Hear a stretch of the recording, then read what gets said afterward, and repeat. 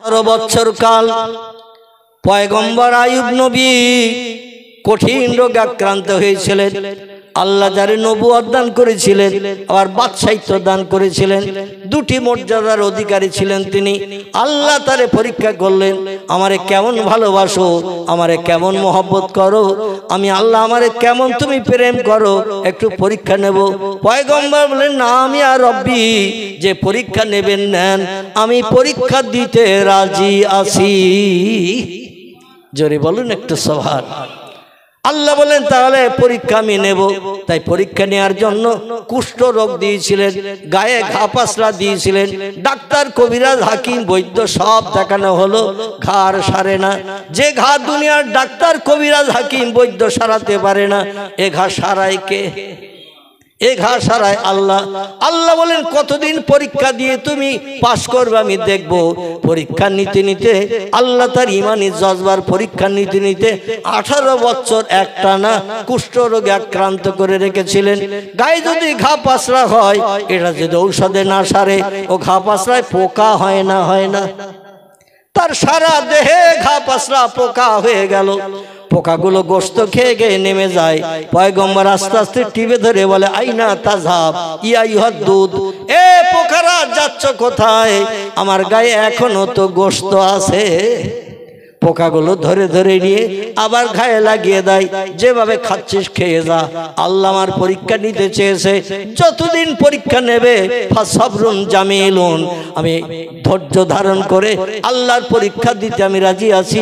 পরীক্ষায় আমি ফেল হতে চাই না, পরীক্ষায় আমি পাশ করব। চিল্লাই বলুন একটু সুবহানাল্লাহ। 18 বছর পরীক্ষা দিলেন তিনি। বেশ কিছুদিন পরীক্ষা দেওয়ার পর গোস্ত পচা গন্ধ যখন এলাকায় হাওয়ার মাধ্যম দিয়ে ছুটতে লাগলো, দেশবাসীরা তারে ডেকে বলল, হয় পয়গম্বর আইয়ুব নবী বাদশাহিত্ব চলে গেছে, পয়গম্বরী আর করতে পারো না, ঘর সজ্জায় শায়িত, বাইরে তুমি বেরোতে পারো না। ও পয়গম্বর, কিন্তু তোমার গায়ের গোস্ত পচা গন্ধ হাওয়ার সঙ্গে মিশে গেছে, রাস্তাঘাটে চলতে পারি না। পয়গম্বর, হয় তুমি দেশে থাকো, আমরা ঘর বাড়ি বিবি বাচ্চা নিয়ে অন্য দেশে চলে যাই, অন্যথায় তুমি ঘর বাড়ি ছেড়ে আমাদের উপকারের জন্য একটু বাইরে চলে যাও। এই যাত্রার মতো বিবি বাচ্চা নিয়ে আমরা সংসার জীবনে সুখ ভোগ করি। পয়গম্বরের জ্ঞান সাধারণ মানুষের থেকে বেশি না কম? আল্লাহ পাক আসমানি জ্ঞান পয়গম্বরদের দান করেন, আর একটা দলের মানুষকে আল্লাহ আসমানি জ্ঞান দান করেন। সেই দলটির নাম হলো ওলি আউলিয়ার দল। কিসের দল? কোরআন হাদিসের বিজ্ঞ পণ্ডিত ওলি আউলিয়ার দল। আল্লাহ পাক আসমানি জ্ঞান তাদের দান করেন। এরা বিপদে যদি পড়ে, মুসিবতে পড়ে, কোনো সমস্যায় পড়ে, দেখবেন প্রকৃত আলেম যারা কোরআন হাদিসের বিজ্ঞ পণ্ডিত, এরা মেম্বারের কাছে যাবে না, প্রধানের কাছে যাবে না, এমএলএর কাছে যাবে না, ডাক্তারের কাছে যাবে না, মাস্টারের কাছে যাবে না, বন্ধু বান্ধবের কাছে যে যুক্তি বুদ্ধি পরামর্শ নেবে না। ওরা যখন কোনো বিপদে মুসিবতের সমস্যায় পড়ে, সাহায্য চায় কার কাছে? কথা বলেন। আল্লাহর কাছে সাহায্য চাই। সব থেকে উত্তম সাহায্যকারী কে? উত্তম সাহায্যকারী হলো আল্লাহ। কিছুদিন যখন এই রোগগ্রস্ত হয়ে থাকলেন, রোগ যখন সারে না, দেশের মানুষই বক্তব্য রাখলেন, প্রস্তাব রাখলেন ওনার কাছে, হয় তুমি বিবি বাচ্চা নিয়ে থাকো, আমরা দেশ ছেড়ে চলে যাই। তোমার পচা দুর্গন্ধ, গোস্ত পচা গন্ধ, রাতের বেলা একটু বিশ্রাম করে ঘুমাতে পারি না। পয়গম্বর চিন্তা নিলেন, একদিকে দেশের সব জনগণ, আর একদিকে আমি একা। আমি চলে গেলে দেশবাসী সুখে শান্তিতে বাস করতে পারবে, আর আমি থাকলে সব দেশবাসীকে চলে যেতে হবে, অন্যথায় দেশবাসীকে যেতে বলবো না। তোমরা বিবি বাচ্চা নিয়ে বসবাস করো, আমি চলে যাচ্ছি। আচ্ছা, আমরা যদি হতাম, আর কেউ যদি বলতো তোমার গায়ে কুষ্ঠরোগ, ঘা পাসলা হয়েছে, পচা দুর্গন্ধ গোস্ত পচে হয়েছে, ডাক্তার কবিরাজের রোগ সারতে পারছে না, রাস্তা দিয়ে যেতে পারি না, পচা দুর্গন্ধ, ভাই আমরা সহ্য করতে পারছি না, তুমি অন্তত একটু এলাকা ছাড়া হও। আমরা বলবো আমার বাপের জায়গায় বাস করতেছি। এ বলবে না? বলবে না? আমার বাপের জায়গায় বাস করতেছি, তোমার কি হলো না হলো আমি দেখতে যাব না, বলবে না? বলবে না? পয়গম্বরেরা সব সময় চেষ্টা করেছে জনগণের মুখে হাসি ফোটাতে। জোরে বলুন সুবহানাল্লাহ। ওনার স্ত্রী ছিল 4টি। কটি বললাম? চারটি কোরআনের তফসিরের কথা বলছি। তফসিরে রুহুল বায়ান, তফসিরে মাউজিহুল কোরআন, তফসিরে বায়ানুল কোরআন, তফসিরে বাইজাবি, তফসিরে কাশাফ, তফসিরে মাউজিহুল কোরআন, তফসিরে ফি জালালুল কোরআন, এ সমস্ত তফসিরের কিতাবে লেখকেরা লিখেছে। আমি তার থেকে তথ্য দিচ্ছি, নানি দাদির কোনো গল্প করে আপনাদের সময় নষ্ট করব না। পয়গম্বরের স্ত্রী ছিল চারটি।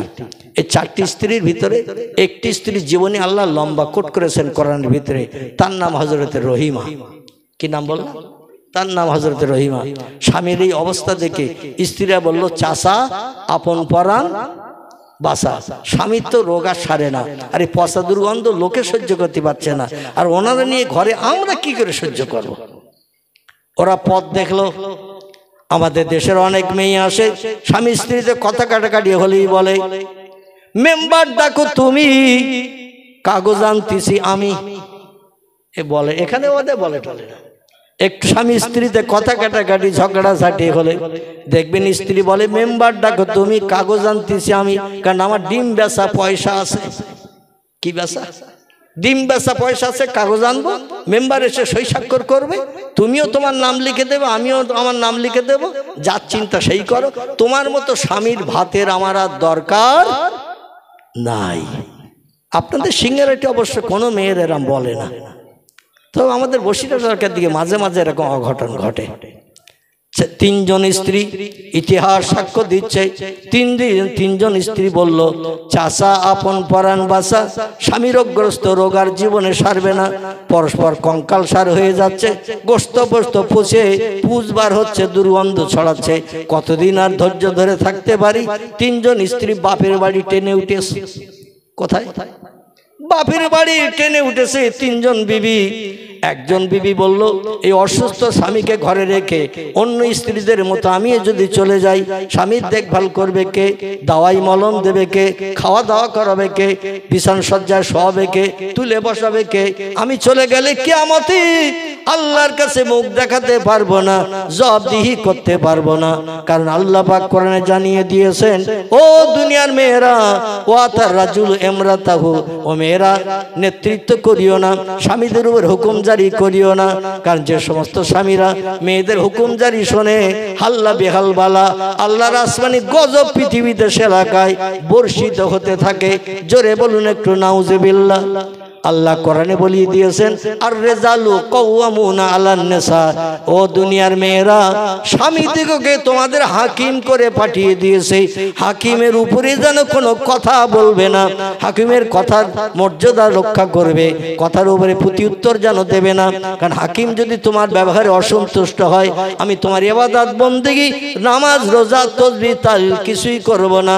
স্বামী খুশি হলে আমি আল্লাহ খুশি।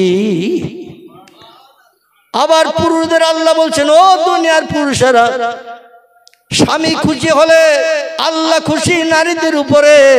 ও পুরুষেরা, আমি আল্লাহ তোমাদের জন্য বলছি, ও আবুদুল্লাহ, আমি আল্লাহ আমার ইবাদত বন্দি গবেষণা করো, ওয়ালা তুশরিকু বিল্লাহ, আমার সঙ্গে যেন শরীক স্থাপন করো না, আমার জায়গায় যেন কাউকে তোমরা বসিও না। যখন আমার ইবাদত বন্দিগি সঠিক হয়ে যাবে, আমার সঙ্গে সম্পর্ক গাঢ়তর হয়ে যাবে। 2 নম্বরে আর একটা কাজের দায়িত্ব তোমাদের দিয়েছি, সেটা হলো অবিল অলে দাইনে হেসানা, তোমার বাপ মায়ের সঙ্গে ব্যবহারটা একটু নরম রাখবে, বাপ মায়ের সঙ্গে যেন দুর্ব্যবহার করবে না। জোরে বলুন সুবহানাল্লাহ। যতদিন পর্যন্ত বাপ মা, ততদিন পর্যন্ত বাপ মা আপন থাকে, যতদিন কোনো ছেলের বিয়ে না হয়। কথাটা ঠিক বললাম না ভুল বললাম? বাপ মা ততদিন পর্যন্ত আপন থাকে যতদিন ওই ছেলেটার বিয়ে না হয়। বিয়ে হয়ে যাওয়ার পরে যেই বেকা হাড় বাড়িতে এসে হাজির হয়। কি হাড় বললাম? বেকা হাড়। মেয়েদের আর একটা ডকুমেন্ট আমি দিয়ে থাকি, বিছেন মন্ত্রী। কি বললাম? এতদিন ছেলে একা একা শুতো বিছানায়, এখন বিয়ের পরে একজন সঙ্গিনী এসেছে। হুন্না লেবাসুল্লাকুম ওয়ান্তুম লেবাসুল্লাহুন্না। আল্লাহ কোরআনে বলছেন, ও নারী তোমার গায়ের পোশাক হলো পুরুষ, ও পুরুষ তোমার গায়ের পোশাক হলো নারী। পোশাক ছাড়া যেমন রাস্তায় তোমরা চলতে পারো না, পোশাকবিহীন উলঙ্গ হয়ে রাস্তাঘাটে যেমন বেরোতে পারো না, পোশাক পরিধান করলে সব জায়গায় যাওয়ার সুযোগ আছে না নাই? ও ওই রকম নারীর পোশাক হলো পুরুষ, পুরুষের পোশাক হলো নারী। একে অপরের অর্ধাঙ্গী করে পৃথিবীতে পাঠিয়েছে। এই জন্য রাতের বেলা যখন শয়ন করে স্বামী স্ত্রী একসঙ্গে এক ঘরেই থাকে, কারণ আল্লাহ পোশাক বানিয়ে দিয়েছেন। শরীরের সঙ্গে পোশাকটা সবসময় লেগে থাকে না, থাকে না। এই জন্য পয়গম্বর মুহাম্মদ রাসূলুল্লাহ বলছেন, স্বামী স্ত্রী রাতের বেলা যখন বিশ্রাম করবে এক বালিশে মাথা দিয়ে যেন ঘুমায়। ক বালিশ? এক বালিশে মাথা দিয়ে যেন ঘুমায়। এক বালিশে মাথা দিলে স্বামী স্ত্রী গায়ে গায়ে লাগবে না, লাগবে না? কথা বলতে হবে, টাচ হবে না, হবে না? আল্লাহ নবী বলছেন, যত সময় স্বামী স্ত্রী এক বালিশে মাথা দিয়ে গায়ে গা লাগিয়ে ঘুমাবে, ওই ঘুমানোটা আল্লাহর দরবারে ইবাদতে গণ্য হবে। হাসরের মাঠে যখন নেকিবতী ওজন হবে, ঘুমানোটাও সবের পাল্লা চাপিয়ে দিয়ে সবের পাল্লা ভারী করে আল্লাহ জান্নাত হালাল বানিয়ে দেবে। দল খেলে, দুই দল যদি মাঠে না নামে তো খেলা দেখে দর্শকদের তৃপ্তি হবে? কেন এক দল খেলা করে মানে ওরা ট্রেনিং দিচ্ছে, ও খেলা কি খেলা? এজন্য দু দলের খেলা লাগে। তো আমি বক্তব্য রাখছি, আপনারা একটু মাঝে মাঝে সাই দেবেন, তাহলে আমার কিছু দিতে সুবিধা হবে, আপনাদের নিতে সুবিধা হবে। রসুল জীবনে কোনো স্কুলে ভর্তি হয়নি, অ্যাটেন্ডেন্সের খাতায় নাম লেখা হয়নি।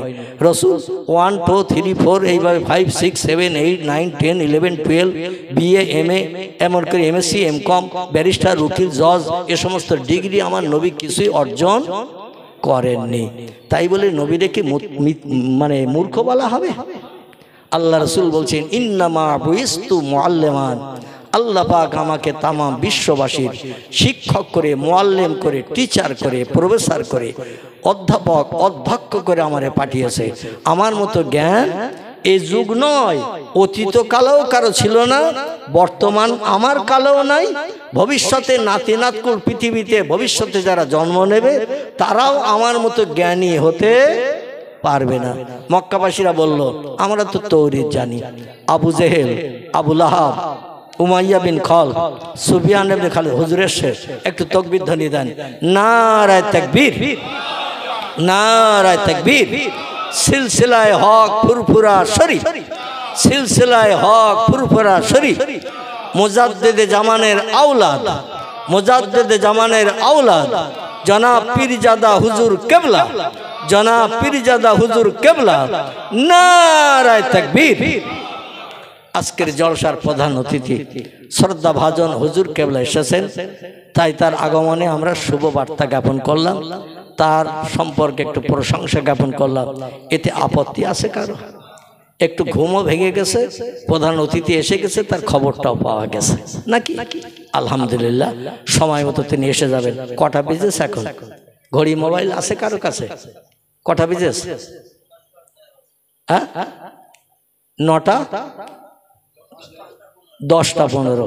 তাহলে মোটামুটি আধা ঘন্টার একটু বেশি, মানে 45 মিনিট হয়েছে নাকি? 37 মিনিট হয়েছে। তাহলে এখনো কিছু সময় বাকি আছে। আমি কিছু তথ্য আপনাদের কাছে পরিবেশন করব। এজন্য মহান আল্লাহ পাকের পাক কালাম কোরআন শরীফ, যার ভিতরে আছে 114টি সূরা, চ্যাপ্টার এবং অধ্যায়, এবং 6663টি সেন্টেন্স, বাক্য, আয়াত, 3,44,740টি হরফ বর্ণমালা অক্ষর দিয়ে কোরআনকে কোড অফ কমপ্লিট করে 1450 বছর আগে আল্লাহ পৃথিবীতে জিবরিল আমিন মারফত পয়গম্বর মুহাম্মদ রাসূলুল্লাহর কাছে পাঠিয়েছিলেন। জোরে বলুন সুবহানাল্লাহ। এই 114টি চ্যাপ্টার সূরা, যা 30 পারায় মানে বর্ণনা করা হয়েছে, 30 পারা। আর 114টি চ্যাপ্টার সূরা অধ্যায় দেওয়া হয়েছে, 6663টি সেন্টেন্স, বাক্য, আয়াত দেওয়া হয়েছে, 3,44,740টি।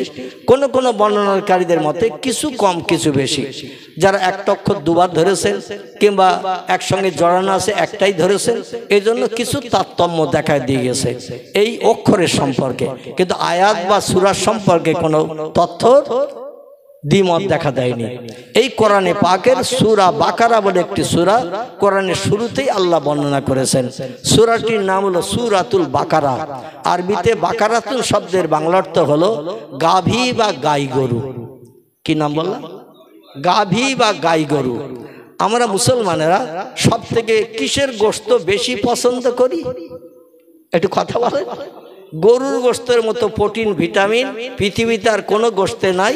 এটা আমেরিকার বিজ্ঞানীরা মেশিনে ফেলেও তথ্য দিয়েছে। জোরে বলুন সুবহানাল্লাহ। গরুর গোশতে ভিটামিন প্রোটিন সব থেকে বেশি। আবার এই গরুর গোশতটা একটু ঠান্ডা বেশি। এই জন্য বুড়ো টুড়ো যখন ডাক্তারের কাছে যায়, ডাক্তার একটু গরুর গোশত থেকে দূরে সরে থাকতে বলে।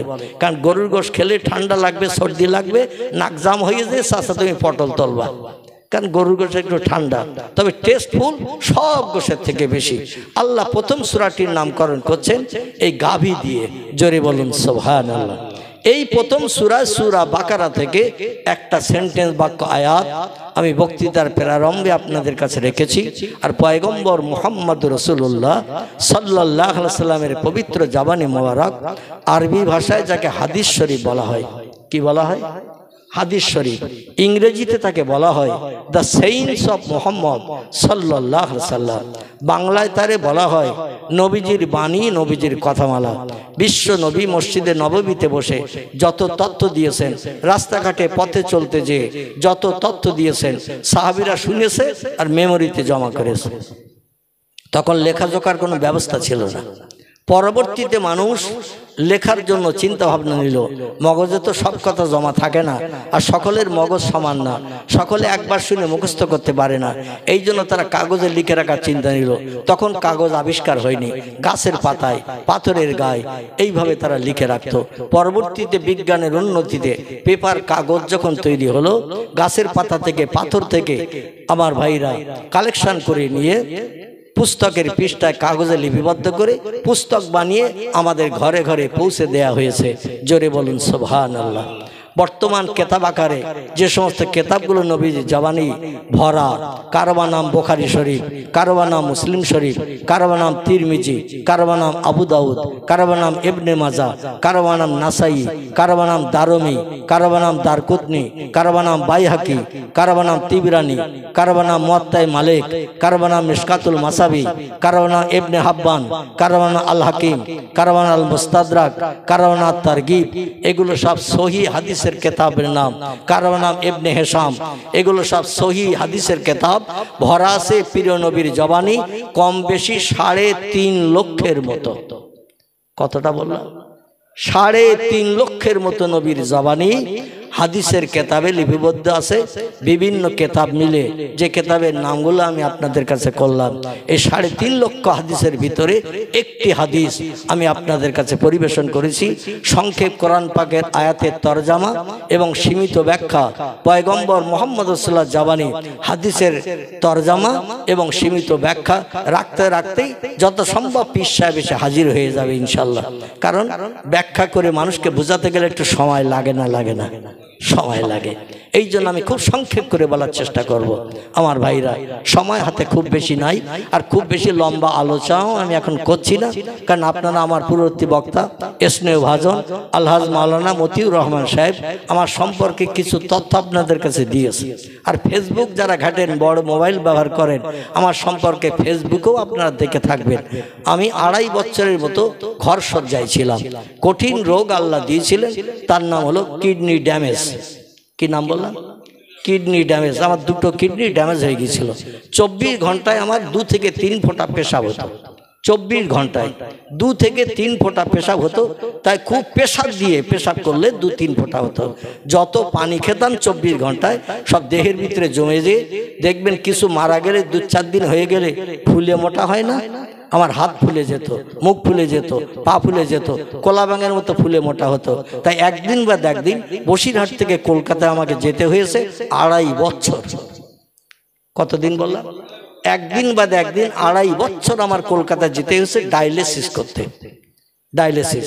আমার হাতে চ্যানেল আছে, গলায় চ্যানেল আছে, বুকে চ্যানেল আছে। মানে যখন একটা করে বন্ধ হয়েছে, প্রথম গলায় বন্ধ হয়ে গেল, হাতে চ্যানেল করলো, হাতের চ্যানেল বন্ধ হয়ে গেল, বুকে চ্যানেল করলো। এই বুকের চ্যানেল বন্ধ হতে হতে আমি কলকাতা আরএন টেগর হসপিটাল, দেবী শেঠির হসপিটাল, মুকুন্দপুর, যার ইংরেজি নাম আরএন টেগর, বাংলা নাম হলো রবীন্দ্রনাথ ঠাকুর হসপিটাল। কি নাম বললাম? ভারতের বিশ্বকবি জোড়াসাঁকো ঠাকুর বাড়ির কীর্তি সন্তান বিশ্বকবি রবীন্দ্রনাথ ঠাকুরের নামে নামকরণ করে ব্রিটেন থেকে, ইংল্যান্ড থেকে, অন্যথায় আমেরিকা থেকে একজন ডাক্তার, তার নাম হলো দেবী শেঠি, তিনি হসপিটালটা বানিয়েছেন। ওখানে উন্নত ট্রিটমেন্ট হয়। সেখানে আমি গত 18ই জানুয়ারি 2024 গত 18ই জানুয়ারি অপারেশন হয়েছিলাম। 2.5 বছর ডায়ালিসিস করার পর 4 ঘন্টা বেডে শুয়ে থাকতে হতো। আর মোটা মোটা সুচ ফুটিয়ে দিয়ে ব্লাডগুলো টেনে নিয়ে, পানির সঙ্গে ব্লাডগুলো টেনে নিয়ে পানিগুলো আলাদা করে ব্লাডগুলো আবার দেহে ঢুকিয়ে দিত।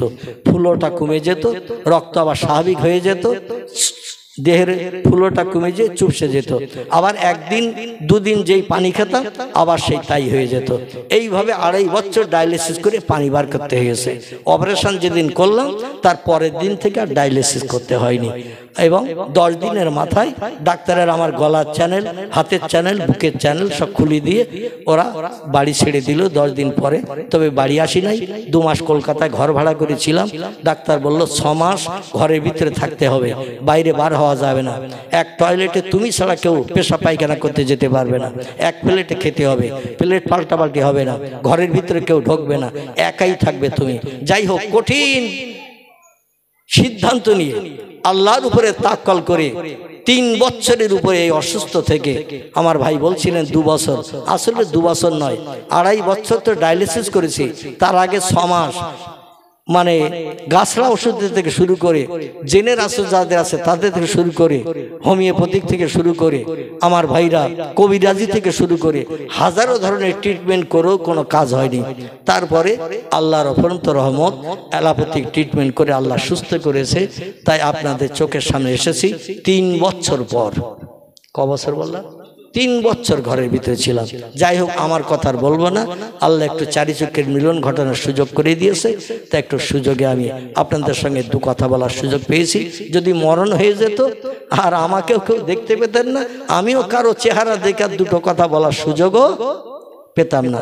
সবই আল্লাহর ইচ্ছা কিনা।